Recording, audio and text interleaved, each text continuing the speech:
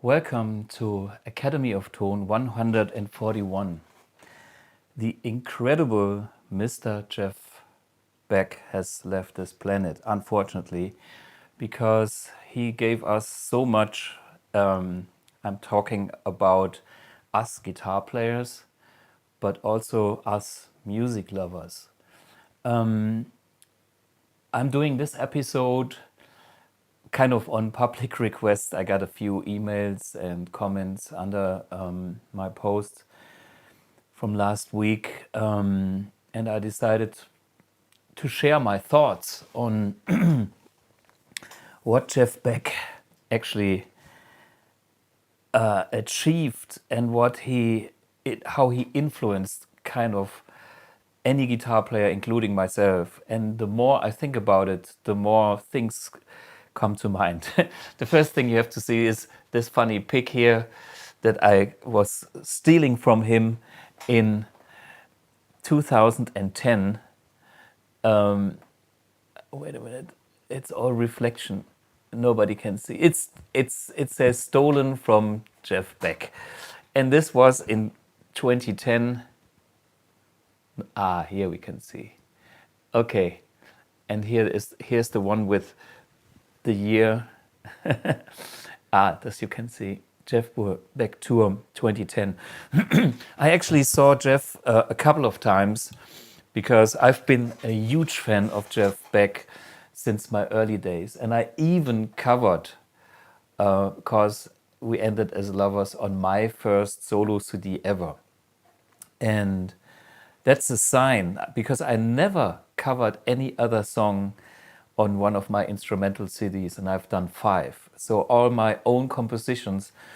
Okay, thinking about that song, when I listen to what I've done back in 1993 with that song, I tried to give it another edge, because I believe you should never go exactly where Jeff Beck is or was, because he was so outstandingly good that if you try to imitate him, you are a loser. There is no second place for.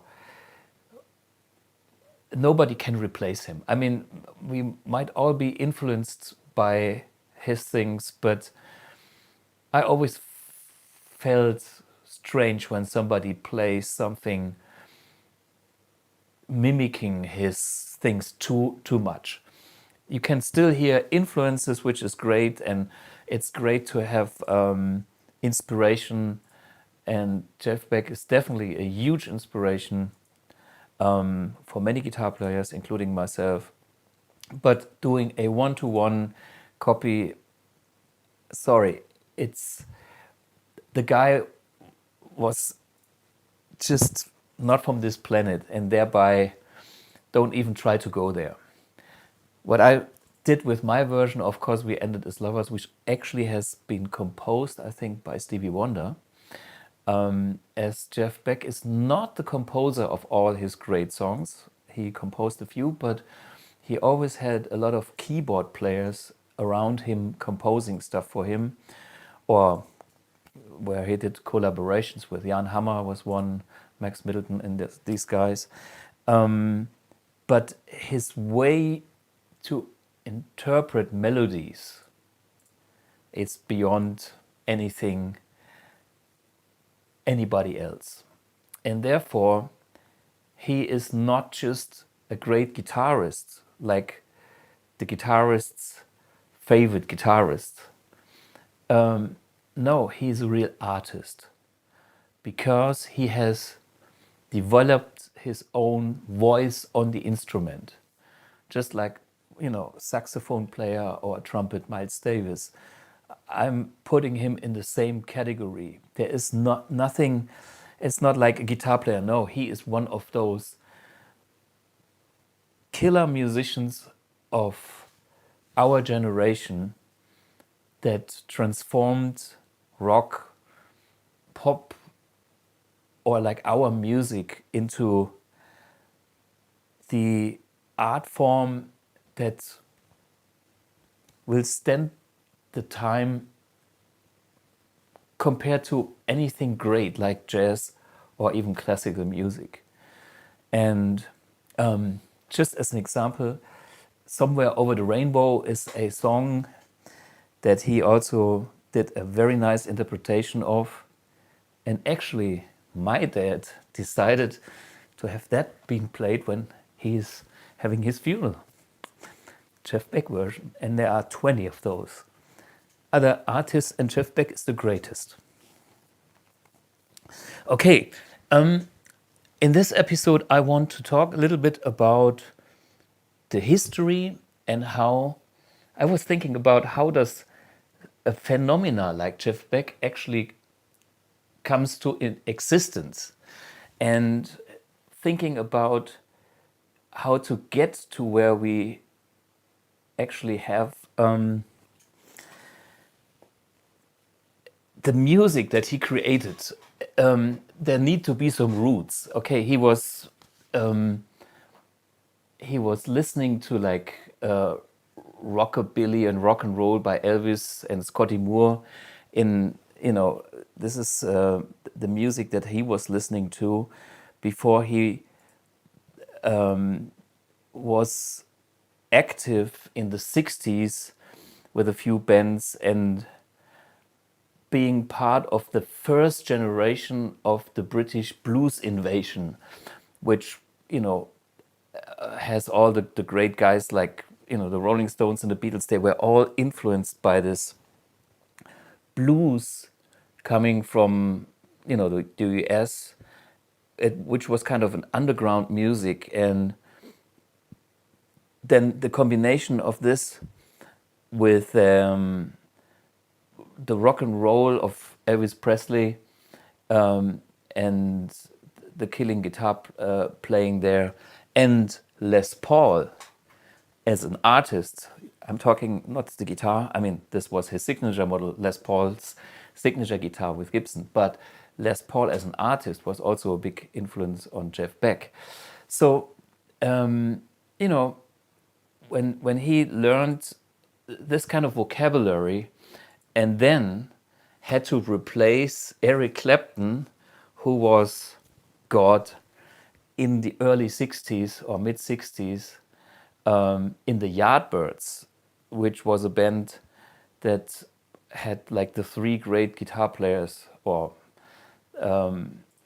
we are talking about Jeff Beck, Jimmy Page after him, and before it was Eric Clapton. So Eric Clapton and the Yardbirds, they have recorded the killer influential Beano album, an album that also defined rock tone.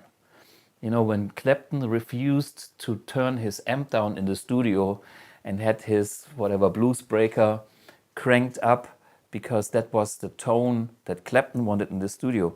So this was the time of invention. So if Clapton was raising the bar in the UK, in England, at this kind of level, there was Beck coming to replace him. So he had to deliver, and he was always in this kind of mindset to over-deliver. If you see, I think there's this one movie where he smashes the guitar. What was it? Maybe you guys know it. You can write it in the comments. What was it? The Blow or something like this. Where I think Jimmy Page was the Yardbirds on stage. And Blow Up, yes, John Gill says it in the comment. I think in this movie, if I remember correctly, Jimmy Page was playing the bass, and and Beck was playing the lead guitar, and something was wrong with his amplifier, and so he smashed the guitar. So this was that kind of big atmospheric movie that was capturing the atmosphere of Yardbirds and the scene back in the mid 60s in swinging London. And so this is kind of phase one. And then when we look from Jeff Beck being a band musician replacing Clapton, and then the next step was creating his own Jeff Beck Group. So he was kind of the name put on the list and in focus, having a very shy singer with a killer voice named Rod Stewart. So Jeff Beck was bringing Rod Stewart, to a wider audience. And this kind of band had the next level of, I would say, soul rock style.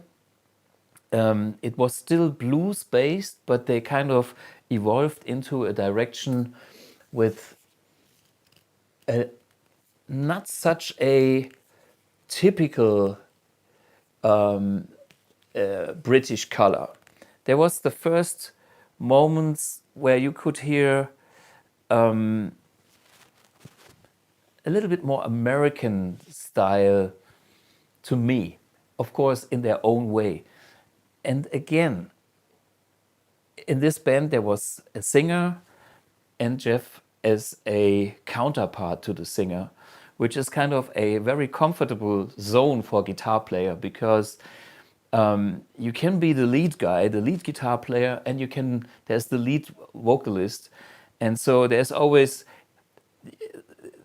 you can hide a little bit. If the singer is on, you back him up, and if the guitar player is in focus, he can go for it. And that was the big thing with the Jeff Beck Group, but all the other bands as well. Like when Led Zeppelin, there's always this kind of duo between the lead singer and the lead guitar. And then there was, of course, a little bit later on, other guys like Blackmore with Deep Purple, Mark I and Mark II, especially Mark II. There was Ian Gillan and Blackmore playing this kind of game, and then having Lord as a third part, and a great backing band, blah, blah, blah. But the point here is stepping from the Yardbirds to the Jeff Beck Group is already one step where his role was slightly different. And then there was Beck, Bogart, and Appice, which is the next level on a band that is roughly funky in a way. Again, it's different from what the guys in Led Zeppelin and Deep Purple were doing, and all these bands. So they created, this band was another twist to the whole story. And then, he had solo albums with the Jeff Beck Group in 71 or in 69, Beck Ola, 71, Rough and Ready, then 72, and then in 75 he made a huge move towards something completely different, releasing all instrumental albums. And the Blow by Blow and Wired album, where are they? Here we are, Blow by Blow and the Wired album. These are milestones when it comes to instrumental music, and especially when it comes to guitar-related instrumental music. I mean, there was the Mahavishnu Orchestra, John McLaughlin, and thinking about that kind of complexity. And then a guy with a blues background that was not really educated from theory. I'm good friends with Jennifer Batten, who we could see at the intro playing with Jeff. I have another clip. She couldn't make it for the stream being here live, but I have another thing where we both talked about Jeff Beck and where we actually played some Jeff Beck together. We will show you that clip later. But I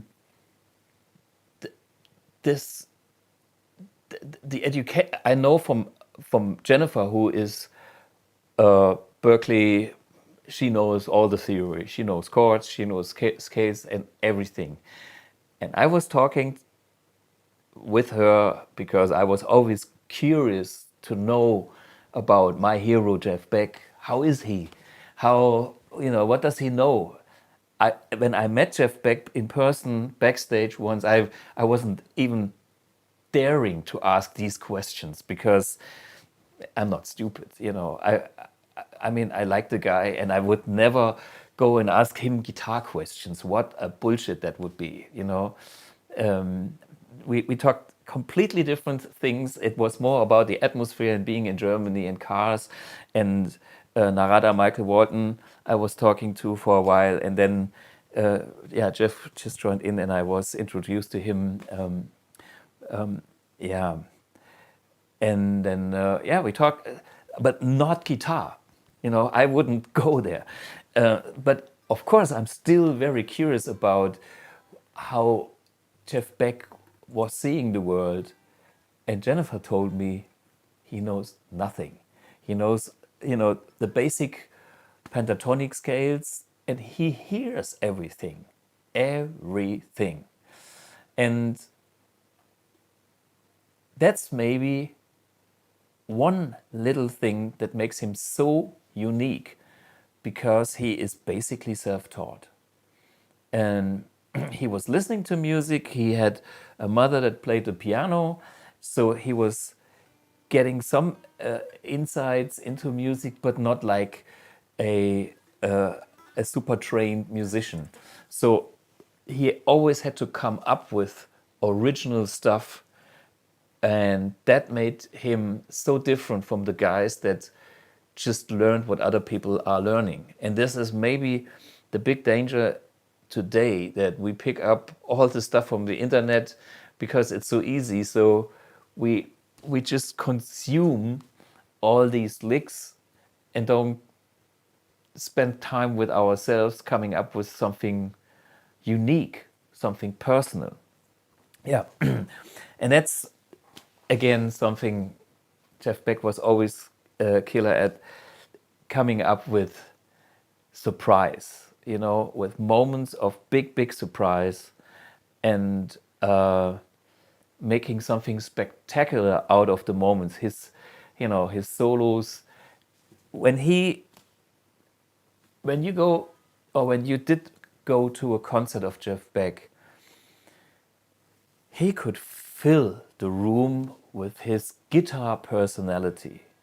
I mean, the guy was a humble guy, actually shy, in a way, shy. He was not the, hey, here I am, rock star, no.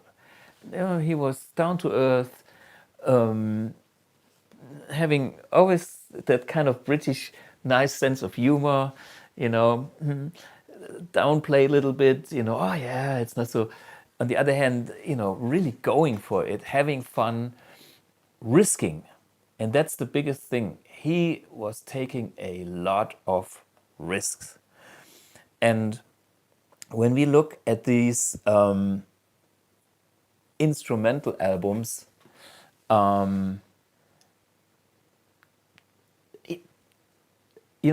there's a lot of things going on that are not standard. Let me show you something. I mean, if you know, there's a...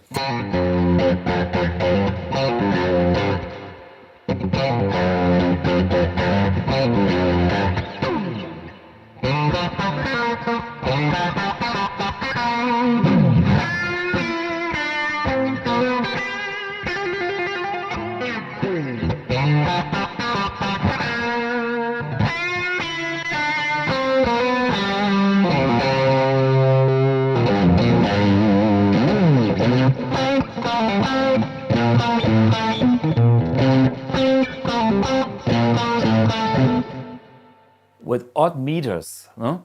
And then, of course, the way he played is always like with a...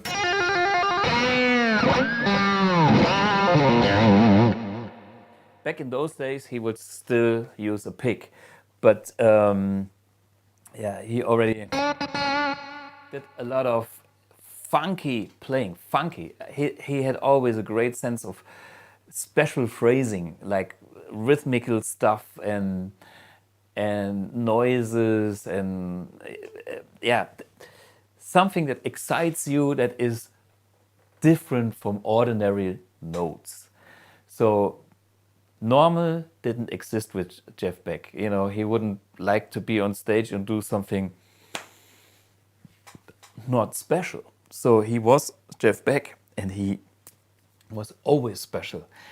And now back to the huge time span, 60s, 70s, 80s. In the 80s, 1980, there was the There and Back album, the black one, with a...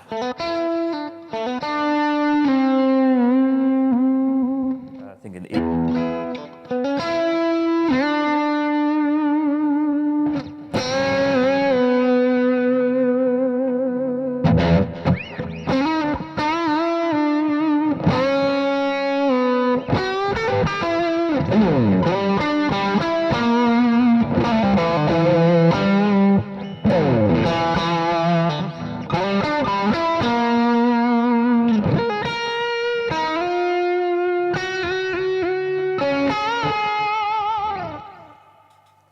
Yeah. This album was, I think, with Jan Hammer on the keyboards. Jan Hammer. Diddly-dee, who I met too at NAMM once.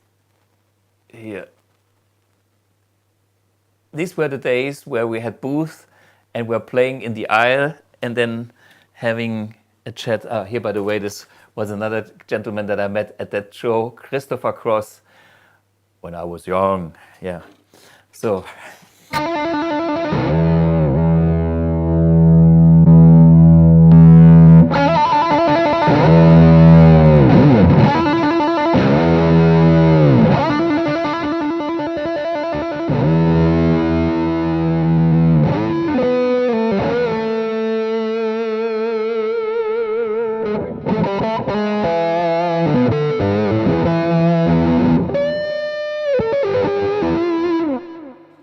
Okay, I use this Strat today because this has the master tone control. And I think, so I modded this. This is my second Fender Strat with an original 1960 neck. And I think Klopman pickups, but all the rest is Fender original parts. And what I've done with this guitar is I have a push-push here that makes this middle tone control a master tone control for all the pickups. So this is kind of standard wiring. You can hear how bright that is, and you know all the strings are very clear. And so, and then this would be the regular tone control.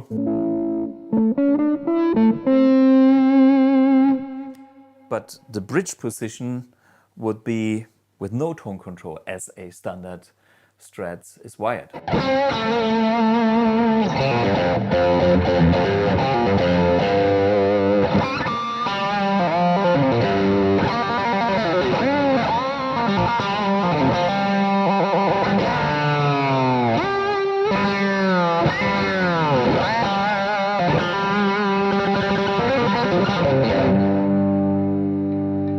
So, when I engage this switch, I have a master tone control, which now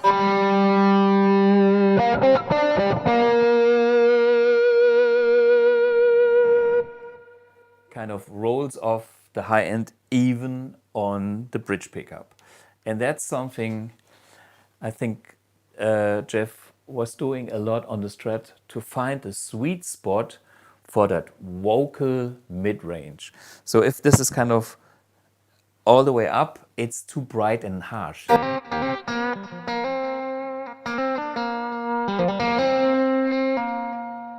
If you put it like on 5 in the middle,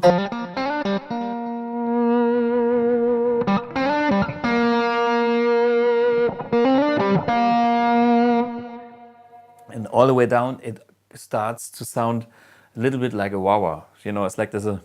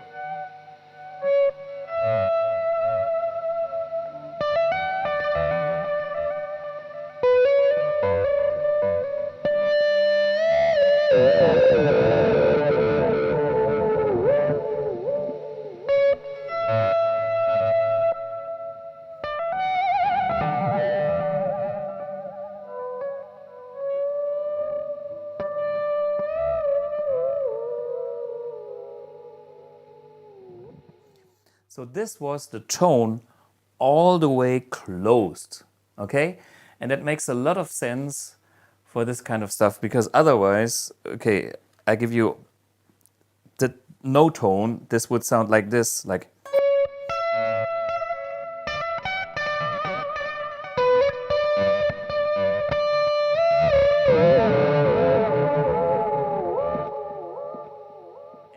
And then especially when you have this high notes,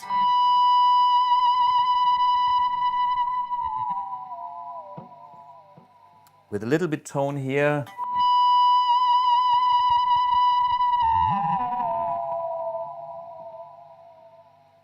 it sounds a lot cleaner, no? It's kind of, the extra string fret noise kind of disappear. That's the trick. Okay, that's the thing about the tone. But besides the tone control, he was using the volume control all the time and had the whammy bar in his hands.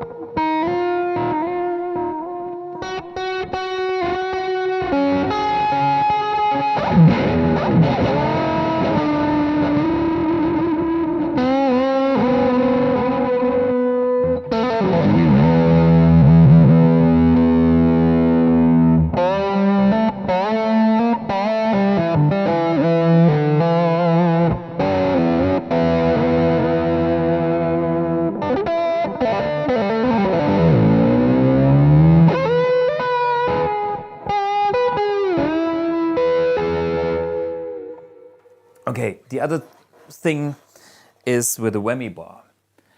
Think about the human voice. When a singer is singing, most of the time the pitch slides in from underneath the note. Especially the bad singers, they don't hit the note right, bing, on the note. It's like there's no pitch up, and he was imitating like a voice, which goes slightly little detunes.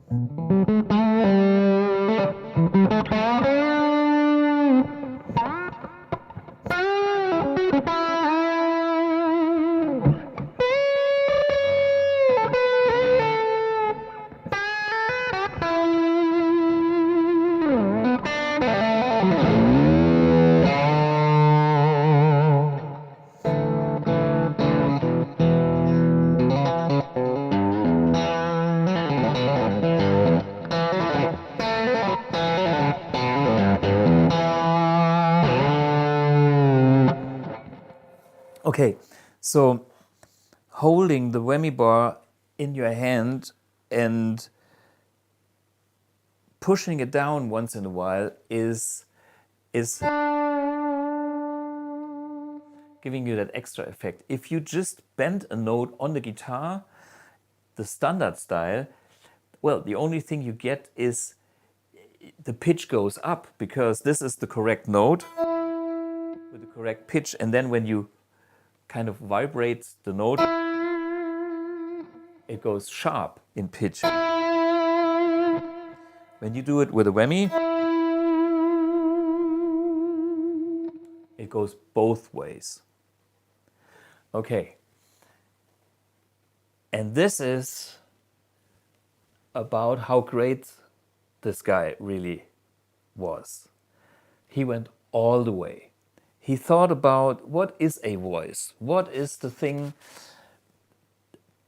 that makes a voice speak? It's not fast licks. No. He understood that the pitch is one very important factor, and he understood that the dynamic is an important factor. Like singers, they can sing softly, they can scream, and I think that's why he got rid of the pick, because he wanted the most direct control of that every note that he was playing by holding the whammy in his hands and the volume and the tone. So he could instantly color the tone, the pitch, and anything he was playing more direct than any other instrument, and thereby being most human-like, like a real singer. And that's what he has done to perfection, you know?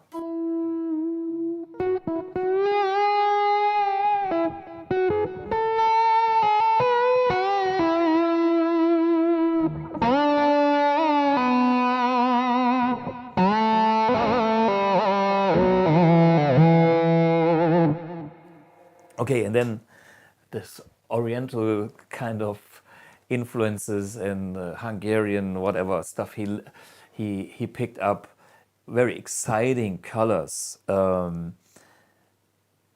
Yeah. Anyway, just unbelievable. So back to his evolution. 70s, 80s. So we've been in the 80s with the There and Back album, where the guitar sounded a little bit like a synthesizer, because in the 80s keyboards were kind of the hot thing. And then for me, being a kid of the 80s, I heard him on the comeback album of Tina Turner. Maybe you can see the Private Dancer album. Let me show you. Which is one of the greatest pop albums to me of all time, because I always liked music where different styles are put together. It's like, you know, she is a rock soul queen diva with a history, and then she was playing this kind of British pop music with the were the bands, I don't know.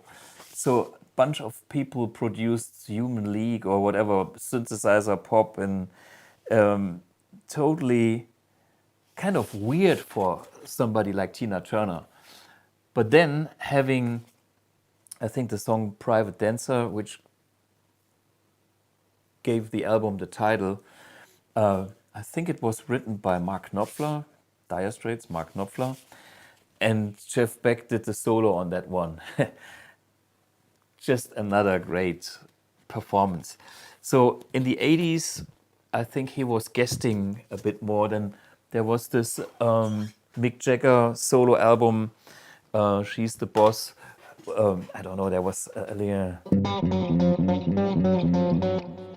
some always his kind of finger special picking.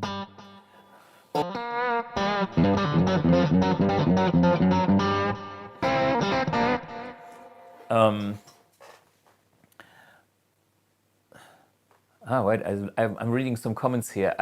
I soon get rid of my pick because, as Thomas told me in Kirstein, okay, I wasn't Kirstein, I was pulling the strings too hard. I remember the guy, yeah. That's another thing. When you use a pick, you have the pick noise, and there's the responsibility to do something useful with a pick. I'm not saying a pick is bad. No, I'm just saying Jeff Beck was creating his own style in the second half of his career, not using a pick, and making his own style even more special by doing that. Yeah. Back to the music. When he had this kind of fusion rock albums, Wired and Blow by Blow, and There and Back. There and Back was pretty clean in a way, but this was the style of the 80s. And then there came Flash. Where is the Flash album? Was down there, here next to the Les Paul, in '85, produced by chic guitar Nile Rodgers. Yeah, which is kind of a weird thing, but somehow Jeff Beck was always doing something special. And I remember there was some movie score, exactly, where I stole some licks from the.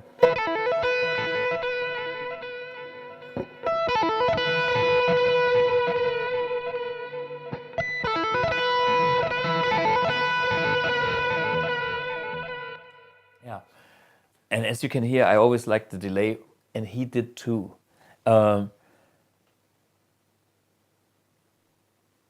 Well, that's a special thing. And he used all kind of gear. I saw him with Fender twin reverbs and red overdrive pedals, the good old Proco red like the one behind me. And that was his tone. Then I saw him using Marshalls. And I have a great story from my dear friend and killer guitar player, Geoffrey Whitehorn. Wait a minute, I just think I printed that out because I have to read that. Okay, I saw that the other day on the Facebook posts where I think Ali Neander and Geoffrey Whitehorn were trading stories and stuff. This one is great. Geoffrey Whitehorn, okay?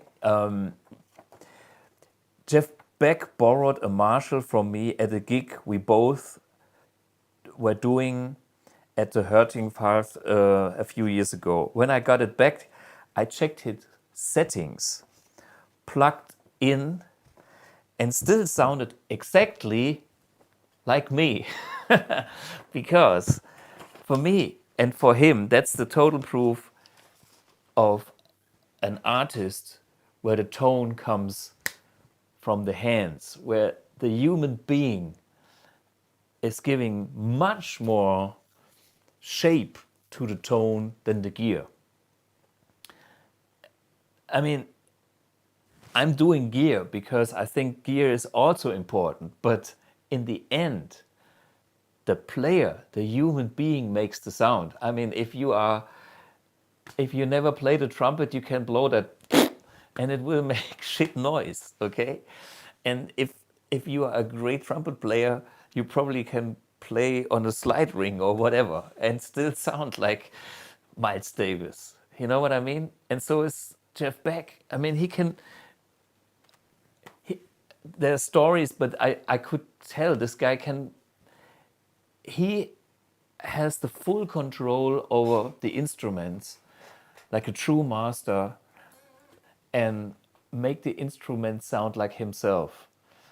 And there's so much personality in what he did. And then I of course had another story which I have to tell you guys. When I was hired by Stuart Copeland, the drummer of the Police, to do something for him, and he asked me, "Yeah, can you do something really mean, like Jeff Beck?" Is like, "Oh yeah, I'm a huge fan." And I said, "I'm not Jeff Beck, but I can do my very best to be mean and." When he has the noisy moments and stuff like that. So I knew what he was talking about. And Stuart Copeland checked me out before. He phoned me up to know that the guy that he was hiring was capable of doing what he wanted. And yeah, here you can see him. What a tall guy, my little white Strat looks like a ukulele on him. Yeah, but a super nice guy. Yeah, he plays a little rhythm guitar, as drummers should. But we all know Stuart is more this kind of. He's very intellectual too, but he has that kind of punk drive, and that's what he has when he picks up a guitar. He's not into these subtleties like the melodic style of Jeff Beck, and he can't do, the artful noise. So he hired me as a player, and of course I asked him about Jeff Beck when he brought up the name, and he said, "Well, yeah, I'm a huge fan of Jeff Beck, and I actually produced him after we finished The Police and blah blah blah in the studio in south of France, and we worked on an album, and it was kind of great, but it never released because this was his thing." It's like, I mean, Jeff's playing was magic, but when I asked him, "Can you play that again?" it was not the same thing again. He would never play the same thing again. He was living in the moment, and you could record what was there, but to ask him to, "Can you play that line and double it," or anything like that, that was not his cup of tea. Maybe he didn't want to do it, maybe he couldn't do it. In the end, it doesn't matter.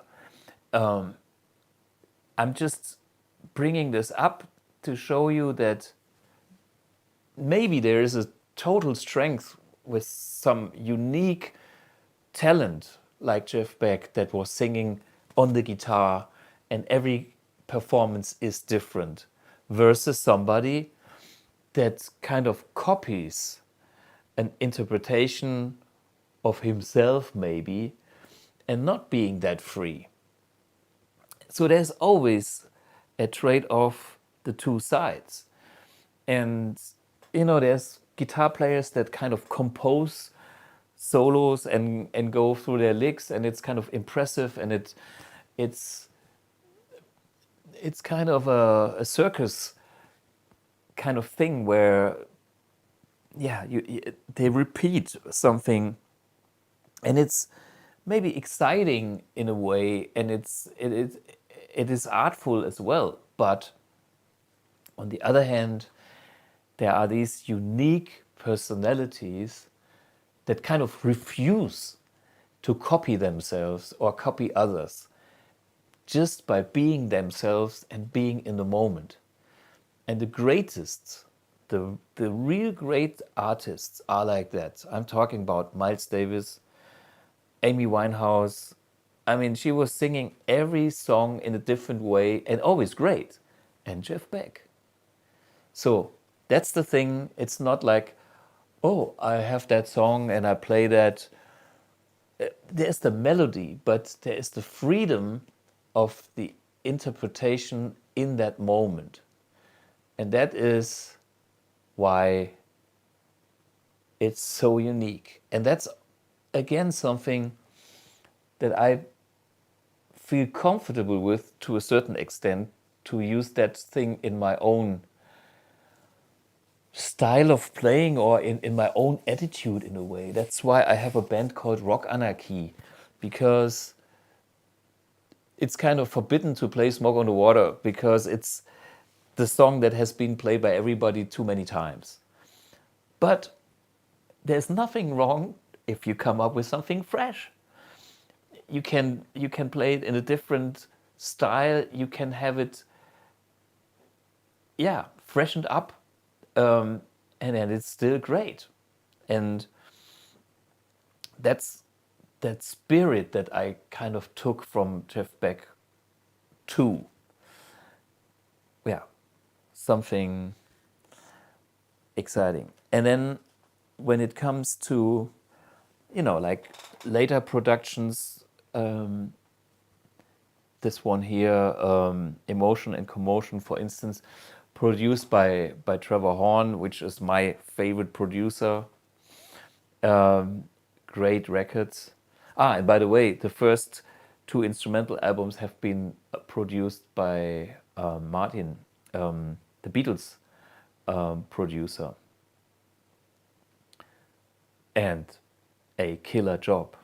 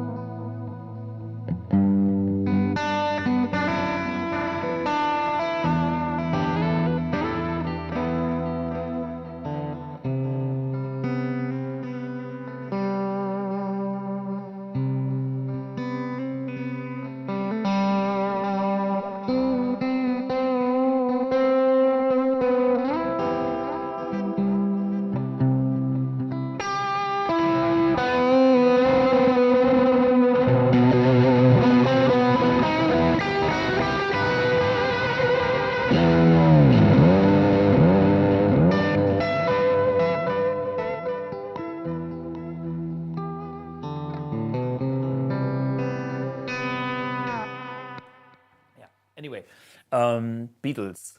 And this, what is it? Day in a Life by the Beatles, interpretation by Jeff Beck, killer. And I think that was George Martin's production, at least as he produced the Beatles, could well be. I'm not sure about all that stuff. Okay, that's tons of stuff that he gave us as a true artist. I'm happy that I designed a unit that he was actually using. And it's the Heusen-Kettner Rhodosphere. I did that with Bernd Schneider, but he used this in...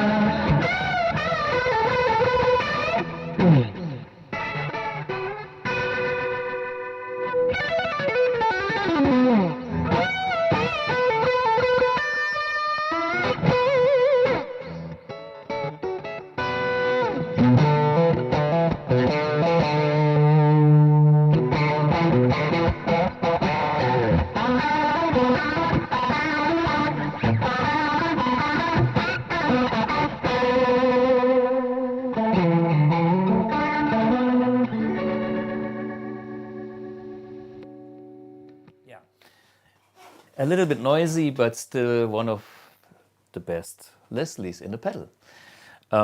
That's why he used it. And Bonamassa, and ZZ Top, and Aerosmith, and who not. Yeah. Leslie. Talking about other effects, he was using the talk box, I'm a woman, da da da da. And he was, then his slide work on the later albums where he goes like beyond the, in the highest range is unbelievable. And his sense of pitch, you know, where there are no frets anymore.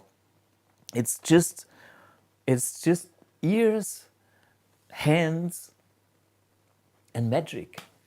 So yeah, what a unique guy, what a unique voice on the guitar, what unique ideas, and how risky he played. I mean, when you go and have this,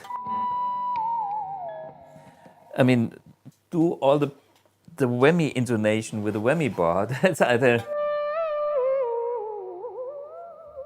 where are the notes, you know?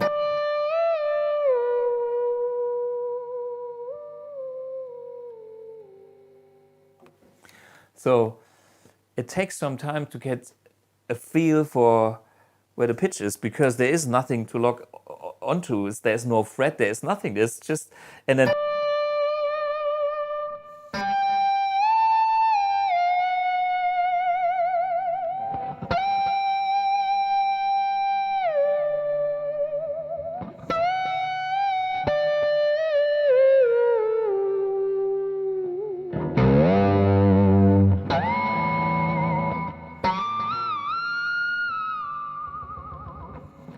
yeah. I use some of that on my own albums. I stole it from Jeff Beck here. Stolen from Jeff Beck, I admit it. Not only the pick, I also stole some of his tricks because they're too good, man. It's like,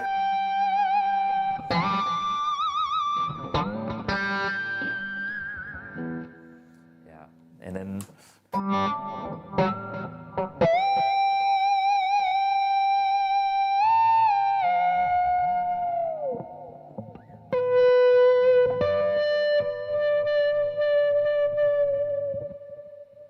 blah blah blah.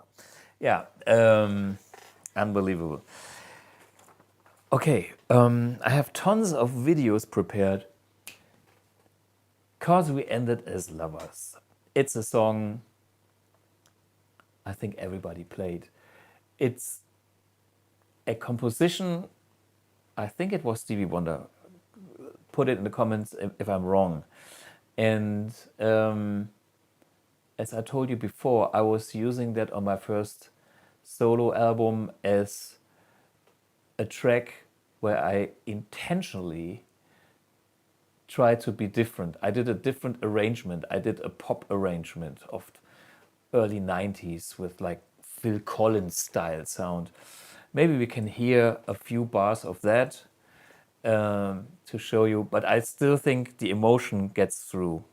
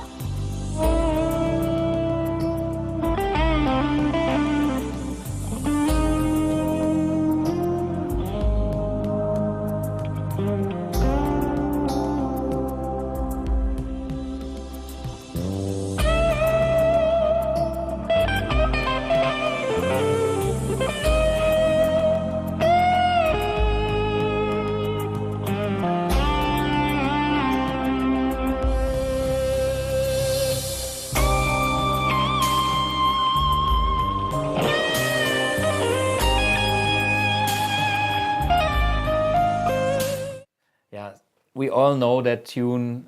I thought in 1993 it was good to be a cover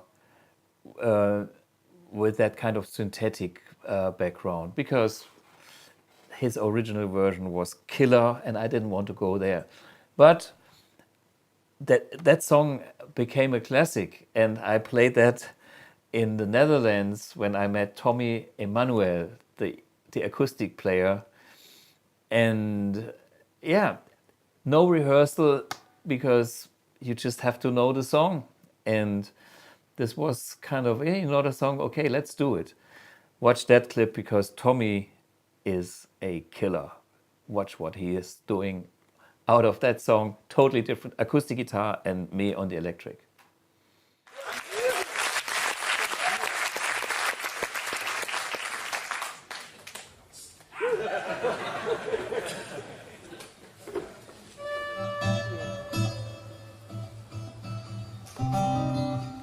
Give him some stick there, brother.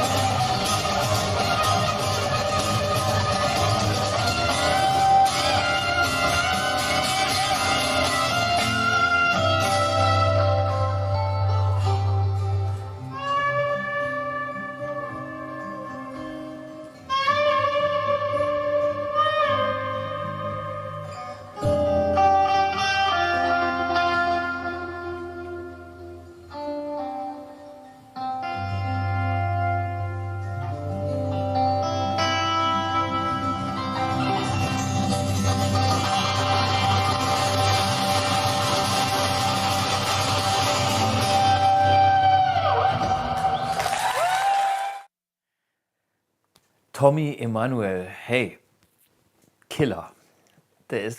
And hey, no rehearsal. This was, let's go on stage and see who survives. And Tommy can kill. Yeah, huge.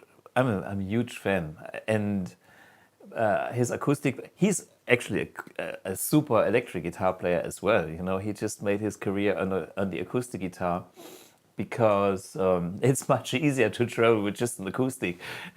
No amps required. Well, he should try my amp one now. Anyway, but this was another example of playing Cause We End as Lovers. And last time I played that was with Markus Demel at the Guitar Summit in September in Mannheim. Yeah, I was playing the rhythm guitar and he was playing the lead guitar. Well, I had a 59 Les Paul, all original in my hands, given by the insurance company because they wanted to hear that thing on stage as well, with a guy standing in the back making sure that the guitar is not getting stolen. Yeah, so this was the last time I played Cause We End as Lovers. But you know, when it comes to songs, there's a lot of great stuff from I mean, the ballads. And if you wanna, if you're not the expert on Jeff Beck yet, and if you need something that is, I would say, a nice mixture of his instrumentals, Jeff Beck live at Ronnie Scott's is something you should get. Beck's Bolero is it's a song recorded in the 60s. I'm not sure when it was, 67 or 66 or something. Think about the lineup. Keith Moon from the Who on the drums. Jimmy Page on the 12-string acoustic guitar. Jeff Beck as solo guitar player. Man, you know, that's the first song on here. But this is with a killer band as well. Vinnie Colaiuta on drums and Tuck Wilkenfield on bass, and you know, all the guys. So this is the album you can listen to if you don't know who Jeff Beck is by now. Oops. Nope. Come on, Jeff. You can. Yeah. There's other stuff like this. And I bought even these. You know, this is real merch with a plastic Stratocaster. Well, white Strat. What else can I say? And by the way, when I had my first band, somebody had to do a cover, and I think he knew that album. Let us show you my first band called Symbiose. I was 14 or whatever. See that this was the poster for my live first live show ever. And the amp I was playing was my Mesa Boogie MK2B in the Sporthalle of my Gymnasium. Yeah. Anyway, I wanted to show you another nice clip of Jennifer Batten when we did a clinic in Stuttgart.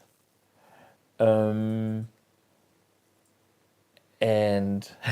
there was one little thing that happened there, because you know, she was driving with me, and I'm known to be a good driver, but I was I was going for it at a certain point, and I was kind of excuse me, Jennifer, I shouldn't have done this. This was a bit too pushy here, traffic-wise. And I said, well, if you ever have been traveling with Jeff in his car, this is nothing. So I'm a wimpy driver compared to Jeff Beck. You know, I mean, my 6-cylinder Audi did something, but she wasn't even impressed when I apologized for what I've done. But anyway, this was on the way to the clinic, and I asked her a few questions since she played with Jeff for quite a while, a few years, and she actually, I think she picked up some of Jeff Beck's style, but still doing her own thing with it, which is great. And yeah, just watch this little snippet where I asked her about Jeff Beck, and we get the information straight from her, and she knew what he did. Yeah. So Jennifer played many years with Jeff Beck, which is one of my heroes, and nobody plays like Jeff Beck.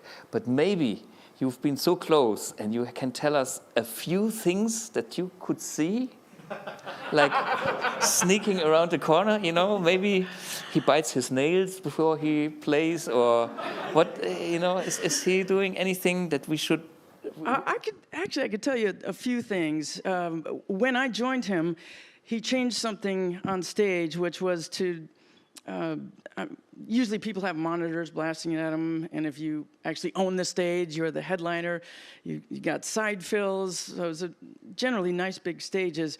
But he started also slaving Celestians off his Marshall so they'd be facing him as well as hitting them in the butt. So it was like surround sound Beck, which was the most hi-fi thing, just glorious. And I imagine very loud. Yeah. I mean, if it was just him playing loud, it would be fine. But then you had the drummer. To step up with him, yeah. Yeah, it was bashing. Yeah. Who was the drummer back in the day? The first drummer was Steve Alexander. Ah, I know. And then I met him at some class teaching kind of thing. Okay. Nice guy with curly hair, dark hair. Yeah, Welch. Yeah. Cool. And then Andy Gangadine did the last tour. Andy, he played with the Spice Girls. Ah, okay. He would probably kick me for saying that because he is so much more. Sure. And then Randy Hope Taylor played bass on all the tours. Cool. Yeah. Sorry, go ahead. He does some mysterious bendings, I think. And yeah, he's a freak. I mean, is there anything that you discovered for yourself? I mean, for me, he is such a holy figure. Yeah. I don't even dare to play to his records. I've never copied something of him. I mean, when I was younger, I was not afraid. I put on some CD and I was noodling around along, and then I gave a shit. Okay, but you know, when I started to listen to Jeff Beck, I was like, oh, now it's silence because I listen. You know, and when I listen, I cannot play anymore. So, and this is I don't know how to play Jeff Beck because I only listen to Jeff Beck. Well, like a lot of people, at least 90% of it is in the DNA. It's in the hands, the feel. That, you know, guitar players, there's 1,000 different nuances that you don't even realize you're doing to create your sound. Whether it's your vibrato or the way you slide is a little different from everybody else. I will say that I spent a lot of time going to rehearsal early to play his Strat through his Marshall, and it never came close. Okay. Yeah. He's got a very, very strange setup. His bridge, I mean, usually it's parallel to the board. It was angled. He uses the tremolo bar a lot. I don't know if he has perfect pitch, but he has perfect relative pitch, so that if he goes out of tune, he will bend it in tune. And if anybody knows the ballad "Where Were You," he plays the melody in harmonics with the bar, and he's right on the money. Then there's another one called "Angel Footsteps," where I didn't realize what he was doing for the longest time because he'd be in the front and I'd be behind him and I'd see the back of his guitar neck. And then one day I saw him and he's got a slide in his right hand playing notes way beyond the fretboard. And when you do that, just a micro movement is going to be a different note. So your ears have to be good for that. Yeah, he's from outer space, definitely. Other than that, it's pretty much a stock Strat and a Marshall. Sure. And That's one more thing, that he really doesn't want anything between his guitar and the amp. He'll have a wah-wah. For the song Blue Wind, it starts with a flanger. His tech would actually kick in the flanger that was back behind the speakers, and it was completely out of the chain for the rest of the show. For even delay and reverb, he did not have that. It had to be provided by the mixing engineer. So that was part of rehearsal. This is going through each song. This is the delay I want. This is the reverb. So it was a completely clean signal. wow. Okay. Any more questions or music? Music. Okay.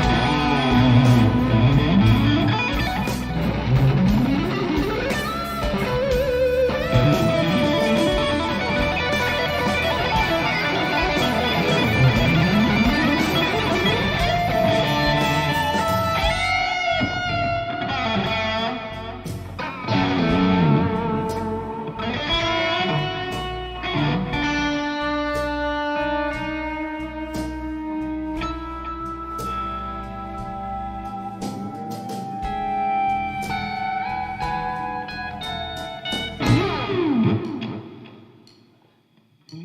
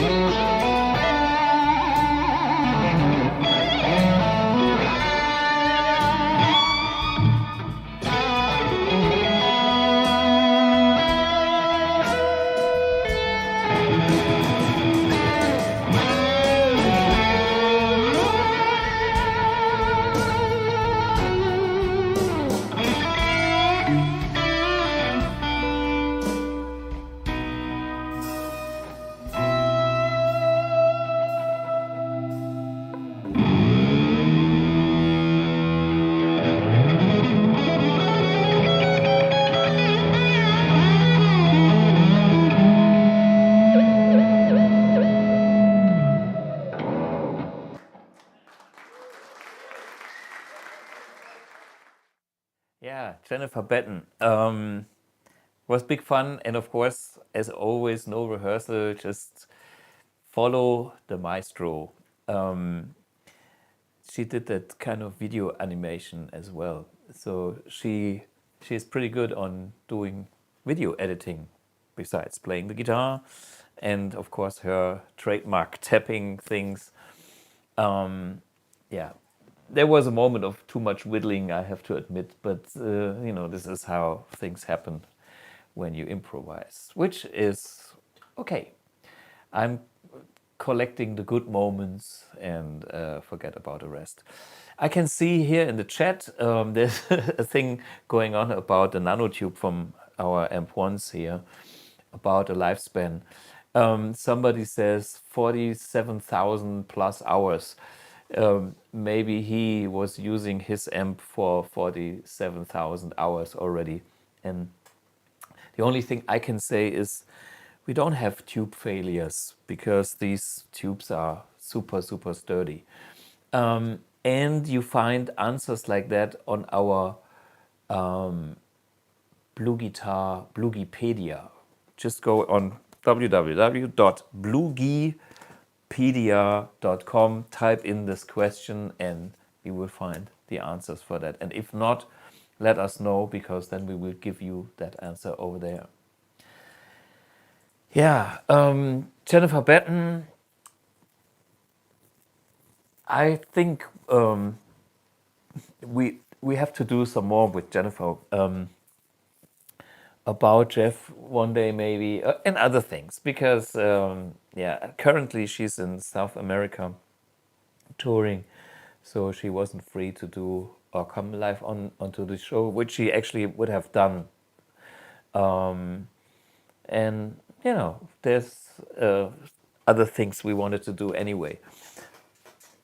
But Jennifer Batten, what a great guitarist as well, and so unique. And also her style of using sounds. She's very much into the digitech thing, which is funny because Jeff Beck, I think on this one soundtrack, what was it? I saw it in the notes. Let me see it here. Frankie's House. That's what one of the soundtracks that I got where Jeff Beck was playing on, which I liked a lot too. And this sounds like one of those Digitech units straight into the board back in the 90s, which didn't have IR speaker simulation qualities. It was just a preamp with a direct out into the board, and you know what? Jeff made it sound killer. So it is in his hands. It is in his DNA, like Jennifer says.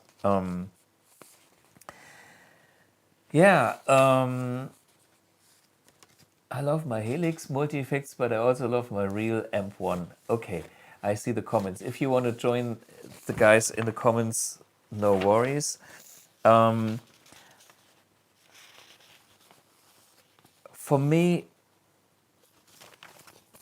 I would like to round it all up with with back with Jeff Beck and his legacy and what he has done to the guitar playing world and as a musician. I mean, we have great guitar players out there. You know, we all have our whatever favorite Steve Lukather's and who I mean Jimmy Pages and Satriani's or Weiss or Matteo Assad's, and you know, great guitar players.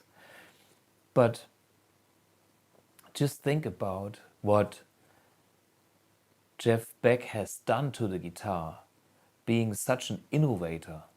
He has always been at the forefront of what can be done with a guitar. I mean, he met Jimi Hendrix, so he knew what time it is. He knew what level of excitement you can get from the electric guitar. But I think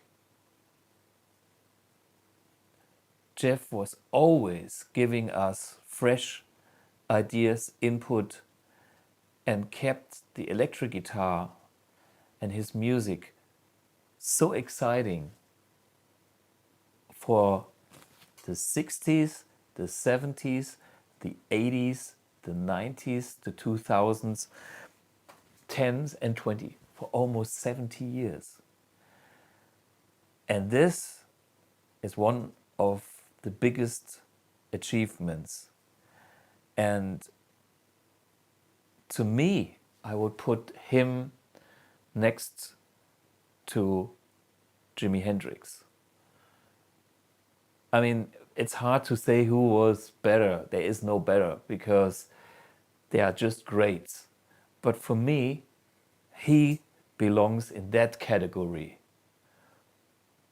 And then we have all the other great artists as well, but it's like somewhere there. I mean, even if, you know, Jimmy Page, David Gilmour, you name them all, they are all fans of Jeff Beck's guitar playing. And by those guys telling you that they are looking up to this artistry of Jeff Beck, there is only Hendrix and Beck. And then the rest. Okay, maybe that's a little bit unfair to put some kind of ranking there, but I think it should be said in a way that he definitely belongs on the very, very top of artistry, guitar playing, Strat playing, Les Paul playing, whatnot, but so much. And yeah.